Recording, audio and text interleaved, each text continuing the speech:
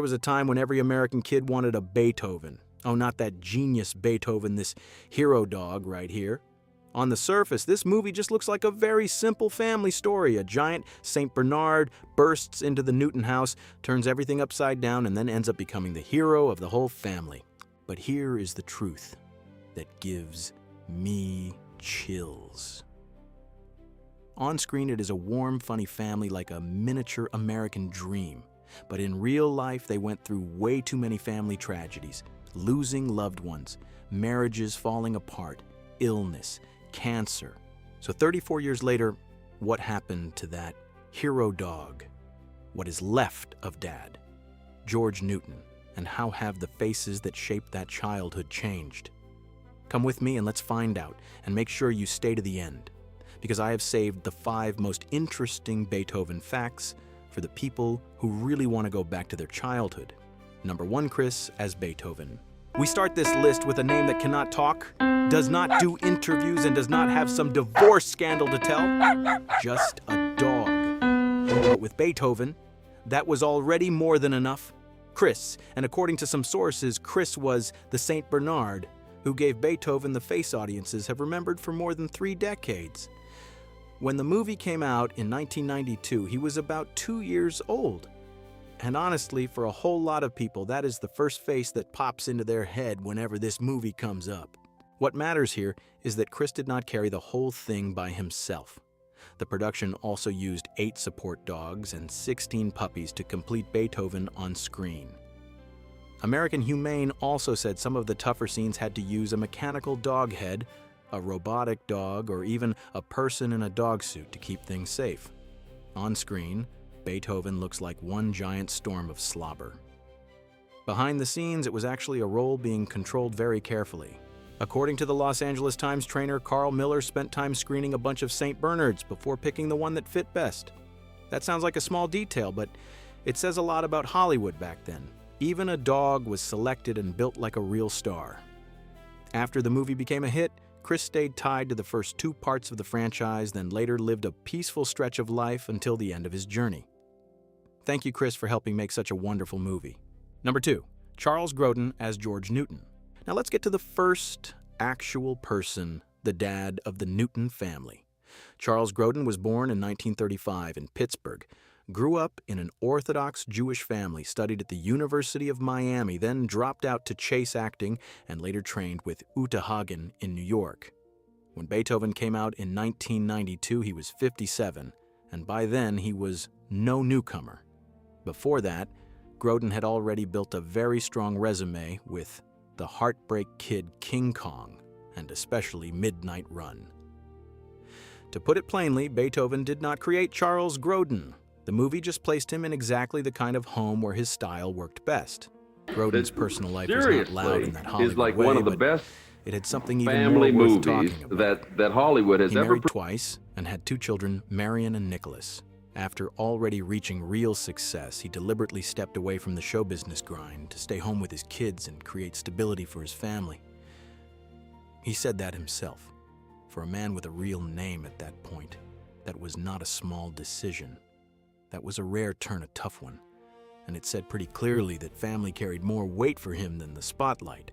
But Grodin did not disappear. From 1995 to 1999, he hosted The Charles Grodin Show, then later did commentary for 60 Minutes 2. In the last 2 decades of his life, he got deeply involved in justice reform, especially wrongful convictions and efforts to change the Rockefeller drug laws in New York. In fact, in a question and answer session in 2014, Grodin himself said that was the greatest achievement of his life. I love that detail. It makes his George Newton image even more memorable because in real life, that man lived with more responsibility than a whole lot of louder celebrities ever did. Charles Grodin passed away on May 18, 2021 in Wilton, Connecticut at 86 from bone marrow cancer, according to his son. For audiences who love Beethoven, he will always be George Newton, the grumpy, exhausted man who kept the movie standing like a real family. Number 3, Bonnie Hunt as Alice Newton. And now the mom of every American kid back then wished they could have. Another nightmare? In Beethoven, Bonnie Hunt plays Alice Newton, the mother holding that house together while George is losing his mind and the dog is tearing the place apart. Hunt was born in 1961 in Chicago. When Beethoven came out in 1992, she was 31. What matters is that Bonnie did not rise through the usual Hollywood path. She went to Catholic school, worked as a nurse's aide, then worked as an oncology nurse at Northwestern Memorial Hospital starting in 1982. In 1988, while she was still a nurse, she used her lunch break to audition for Rain Man and landed her first truly memorable role. That is such a Bonnie Hunt, beginning not loud but stubborn and full of character. Before and around the time of Beethoven, she already had a very solid foundation in improv. Hunt co-founded the group An Impulsive Thing. In 1984, joined Second City in 1986, and rose through the one thing Hollywood usually cannot really control, improvisation. She was even invited to join Saturday Night Live, but turned it down just because she asked one very simple question: if a scene was not working, could she improvise? And when the answer was no, she walked away. Bonnie Hunt's personal life does not have a lot of scandal, but it does carry some very hard blows. When she was 18, her father died of a heart attack at just 50. Hunt said she pretty much fell apart after that loss. Later, she married John Murphy in 1988, separated in 2006, and finalized the divorce in 2008. It is not the kind of personal life that makes noise, but it is the kind of slow burn loss that can harden a person over the years. After Beethoven, Bonnie Hunt did not fade away at all. She came back for Beethoven's second, then kept going with Jumanji Jerry Maguire, The Green Mile, her own talk show, her own sitcoms that she created and wrote, and then animation too. Apple confirmed she was the writer, director, and showrunner of Amber Brown, and Disney brought her back into family entertainment again with Zootopia 2. This year she is 65, and what is admirable about Bonnie Hunt is this: she never had to shout too loud to be remembered. Number 4. Nicholle Tom as Ryce Newton. Nicholle Tom is the older daughter Ryce Newton and also one of the most memorable teenage faces from Beethoven. She was born in 1978 in Hinsdale, Illinois. When the movie came out in 1992, she was 14, and this year she is 48. Nicholle grew up in a family where all 3 siblings went into acting. Her older sister is Heather Tom, and her twin brother is David Tom. Her childhood was not exactly smooth either. When Nicholle was 8, the family moved from Chicago to Seattle because of her father's job. A year later, her mother took the 3 kids to Los Angeles for pilot season, while her father stayed behind in Seattle and her parents divorced soon after. That is a pretty turbulent start for a little girl entering the business so early. Beethoven was Nicholle Tom's first big break. The role of Ryce Newton earned her a Young Artist Award nomination, then she came back for Beethoven's second in 1993, and even voiced Ryce in the Beethoven animated series from 1994 to 1995. To put it simply, this was not some role that brushed past her life and vanished. Ryce was a pretty major part of those early career years. But what is interesting is that after Beethoven, Nicholle stepped into an even more familiar image for American television audiences when she played Maggie Sheffield in The Nanny from 1993 to 1999. Nicholle Tom's public personal life went in a completely different direction from a lot of 90s child stars. No major scandal, no headline lawsuits, and no messy collapse ripped apart by tabloids. What stands out more is how private she has kept her life. In recent years, the press has even described her appearances as rare public appearances and pointed out how far she has stepped away from the spotlight compared to the way audiences still remember her. To me, that is the real thing worth noting about Nicholle Tom. The Beethoven girl grew up without turning herself into some public tragedy. And she did not disappear either. Nicholle kept working from voicing Supergirl in the DC animated universe to guest roles on television, and more recently she showed up in Good American Family in 2025 as Mary Leonce. Number 5, Christopher Castile as Ted Newton. Christopher Castile is one of those child faces that makes 90s audiences pause for a second when they look back, because that kid, Ted Newton, left Hollywood a lot earlier than people expected. Castile was born in 1980 in Orange County, California. When Beethoven came out in 1992, he was 12, and this year, he is already 45. From a very young age, Castile was doing commercials and entered the business pretty early, then quickly landed 2 roles audiences remembered Ted Newton in Beethoven and Mark Foster in Step by Step. Beethoven mattered because it was one of the first real movie roles that truly put Castile on the map, enough to get him a Young Artist Award nomination for the film. After the first movie became a success, Castile came back for Beethoven's second, then went pretty far on television with Step by Step, which lasted until 1998. He also did voice work for Hey Arnold and Adventures in Odyssey, so this was not a case of a child star flashing once and disappearing right away. But the most interesting thing about Christopher Castile is somewhere else. After Step by Step ended, he chose to leave acting. He said it very plainly himself. He just wanted to be normal. Wanted time for friend school and a real teenage life. After that, Castile studied political science at California State University, Long Beach. Thought about going into music, then that plan got blocked by the economic crash in 2008. For a while, he had to work all kinds of odd jobs before fully moving into teaching. Today, Christopher Castile teaches U.S. history at Downey High School and political science at Biola University. To me, this is a much better story than a lot of noisy comebacks. The Beethoven kid did not fall out of the spotlight. He just stepped away, picked a more ordinary life, and it sounds like that was the life he really wanted all along. Number 6, Sarah Rose Carr as Emily Newton. Sarah Rose Carr is little Emily Newton, the youngest face in the Newton family, but also one of the images audiences remember for a very long time whenever Beethoven comes up. She was born on November 13, 1984 in California. When the movie came out in 1992, she was 8. This year, she is 42. At that age, Sarah Rose Carr already had a movie in her hands that an entire generation of American family audiences still remembers, and not every child actor gets that. What is interesting is that her path was much shorter than most people think. Besides Beethoven in 1992 and Beethoven's second in 1993, most of Sarah Rose Carr's public screen footprint lives in a few very familiar early 90s family movies like Kindergarten Cop and Father of the Bride. After that, the latest notable credit people usually mention is The Four Diamonds in 1995.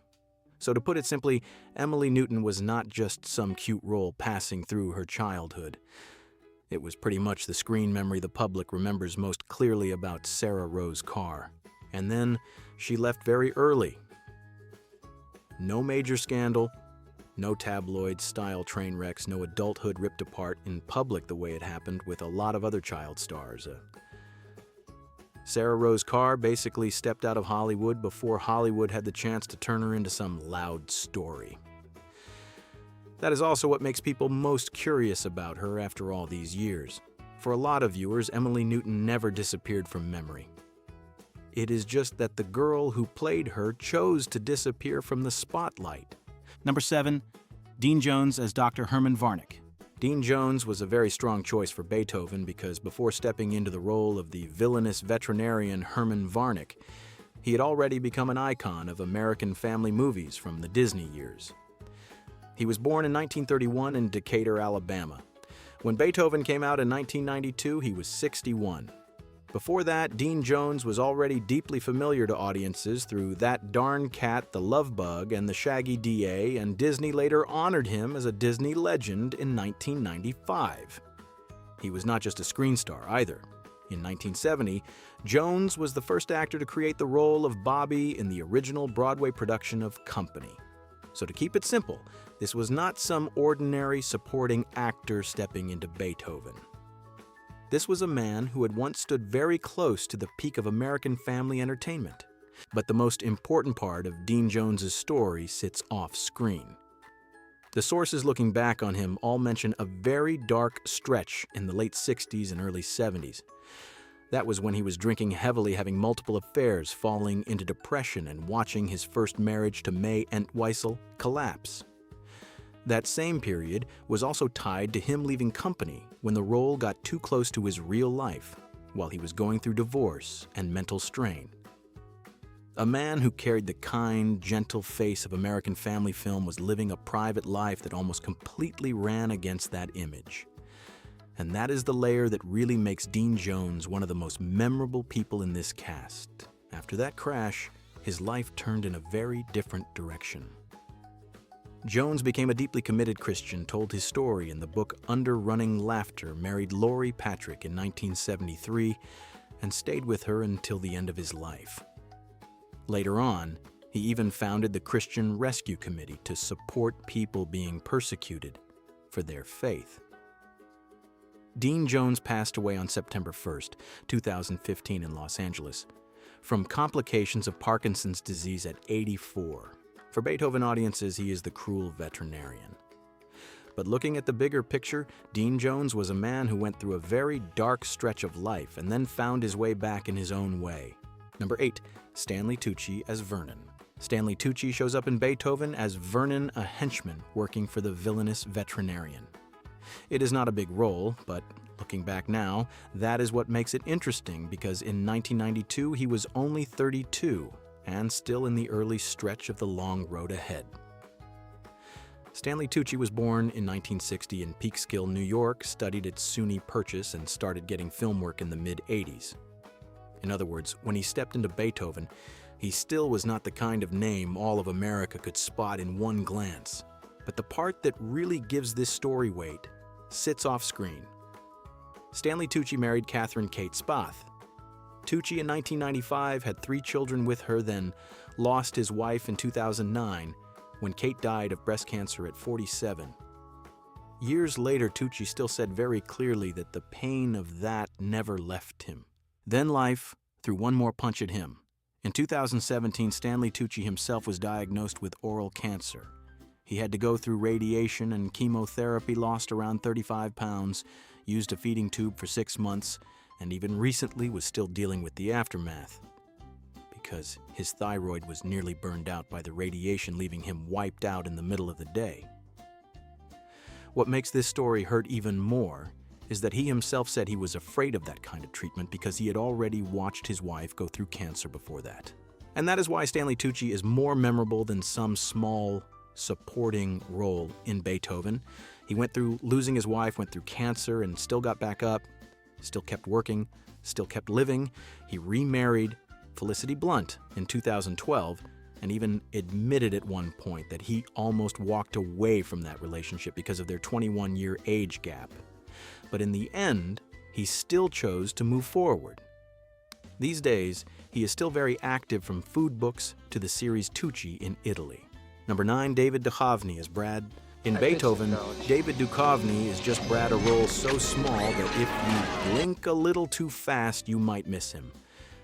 But nobody would have guessed that the man who flashed by in this family movie would later live a private life far messier than that tiny part ever suggested. Duchovny was born in 1960 in New York. When Beethoven came out in 1992, he was 32. He studied literature at Princeton, earned a graduate degree at Yale, and even started a doctoral program before turning fully toward acting. Just 1 year after Beethoven, he became Fox Mulder on The X-Files, and from there turned into one of the most iconic television faces of the 90s. Duchovny married Téa Leoni in 1997, and they had 2 children. In 2008, he voluntarily entered a treatment facility for sex addiction. Then, almost right after that, news of their separation broke. That same year, he sued the Daily Mail over an article claiming he had cheated with a tennis instructor, and Reuters reported that the lawsuit included both defamation and invasion of privacy claims. In 2011, the two of them split again before finalizing their divorce in 2014.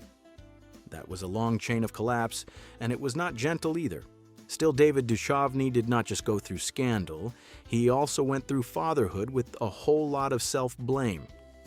He once said his daughter got seriously ill with RSV when she was only 9 months old, to the point that he had to practice imagining a world where she was no longer there.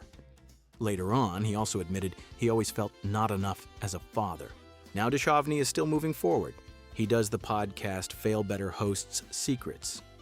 Declassified confirmed that he married Monique Pendlebury in February 2025, and in April 2026, he also publicly said he would not be part of the new reboot of The X-Files. Number 10, Patricia Heaton as Brie. In Beethoven, Patricia Heaton is just Brie, a short, supporting role. But that is exactly the kind of name that makes people smile when they look back, because the woman who drifted through this movie later became one of the most durable sitcom faces in America. Heaton was born in 1958 in Bay Village, Ohio. When Beethoven came out in 1992, she was 34. Before she really broke through, she had spent years grinding it out, studied at Ohio State, then moved to New York to work picking up small parts and a few short-lived sitcoms before luck finally stood still long enough for people to really notice her.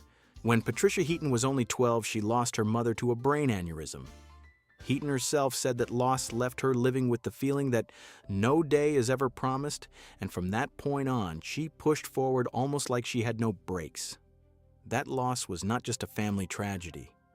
It pretty much shaped the rhythm of her life for decades after that. She married David Hunt, had 4 sons, and then started Four Boys Films with her husband in 2001. That part of her private life shows a woman who is very clear about family and the way she chooses to hold on to it. But Patricia Heaton is not the kind of star who only carries a warm image. In 2012, she got hit with heavy backlash over a string of tweets aimed at Sandra Fluke during the birth control controversy. Later, Heaton publicly apologized and admitted she was wrong because she had been disrespectful. I am keeping that detail because it makes this section feel more real. It shows that behind the television mom image is a person who can also say too much slip up and then have to correct herself in front of the public. As for her career, she truly broke through with Everybody Loves. Raymond won 2 Emmys, got nominated 7 times, and then kept going strong with The Middle. More recently, she returned to television with season 2 of Frasier. This year, Patricia Heaton is 68, still working, still present. And now, from a woman who is still here and still telling her story, we move to the final name.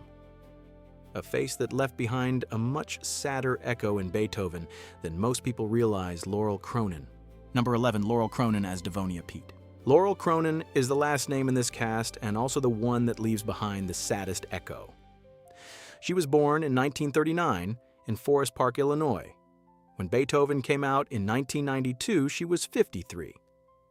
But Laurel Cronin did not enter this movie as some unknown supporting actress.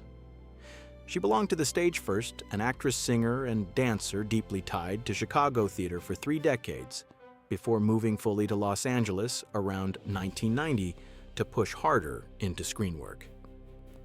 She also had 2 children, Christopher and Jennifer.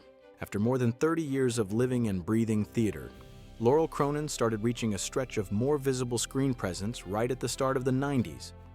Before Beethoven, she already had a very strong foundation, won a Joseph Jefferson Award in 1987 for She Stoops to Conquer, had a Broadway milestone with Passiona in 1980, and also joined the national tour of Annie. Then, just in the stretch from 1991 to 1992, she appeared in Hook, Beethoven, House-a-Sitter, and A League of Their Own. To put it simply, Laurel Cronin had only just entered the period of film work where general audiences could really start remembering her face. And then, her time almost immediately stopped. Laurel Cronin died of cancer on October 26, 1992 in Chicago at 53. And maybe that is why Laurel Cronin stays with people for so long. Not because she had the biggest role in Beethoven, but because she left behind the feeling of a career that still could have gone much farther. We have now gone through all 11 faces that made this movie what it was.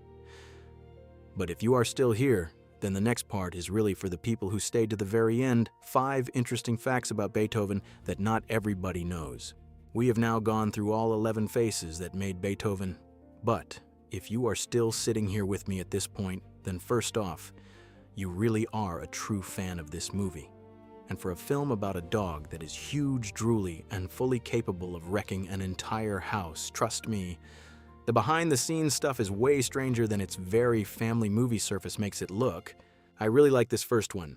The production was so careful with animals that a lot of scenes had to use a mechanical dog head, robotic dogs, editing tricks, and even people in dog suits.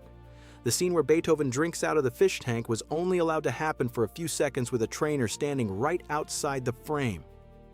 On screen, it looks like a furry storm, but in real life, every little detail was watched closely from start to finish. The second one is honestly pretty funny. Beethoven hit theaters on April 3rd, 1992. Charles Grodin was born in 1935, Bonnie Hunt in 1961. That means when the movie came out, he was already 57, while she was only 31, and yet on screen they still felt completely natural as a married couple, like nobody had sat there doing the math. And here is one that true fans really get a kick out of. Dean Jones played the villainous veterinarian in the movie, but by the animated series in 1994, he was actually voicing George Newton. From the man trying to harm Beethoven to the voice of the Newton family dad. That is a very strange turn for the franchise. And this movie even managed to upset real-life veterinarians. AFI noted that the American Veterinary Medical Association objected to the image of a veterinarian running a dog kidnapping ring enough that they sent a letter to Jack Valenti of the MPAA. Not every family movie pulls that off. And the last one is the kind of thing that makes you think changing just one name might have changed the whole smell of the movie. According to some trivia sources, Jane Fonda, Glenn Close, Sally Field, Meryl Streep, and even Terry Garr were all considered for the role of Alice Newton before it finally went to Bonnie Hunt. And honestly, that fact alone is enough to make me want to dig deeper. So if you think this ending section was worth sticking around for, just tell me straight in the comments. If enough people want it, I will go ahead and make a whole video on the 20 craziest facts behind Beethoven. And trust me, those 5 things were only the outer layer. I just rewatched this movie for the first time since I was 10 years old. It still holds up in a pretty amazing way for a family movie. But when you look back at the cast, from then to now, you realize this movie does not just live in your memory. It also lives in their faces, their lives, their losses, their turning points, and even in the names that are no longer here. And what is even more interesting is this. Watching it again with the eyes of an adult, I do not see Beethoven as simple anymore the way I did as a kid. The movie is fun, sure, but it is also stranger darker, and in a few places even sharper than I remembered. That is why I feel like we have only barely scratched the surface. So, if you want me to make another video on the 20 craziest facts behind Beethoven, just tell me straight in the comments. And also let me know which name in this whole cast surprised you the most. Thanks for staying with me all the way to the end. See you in the next video.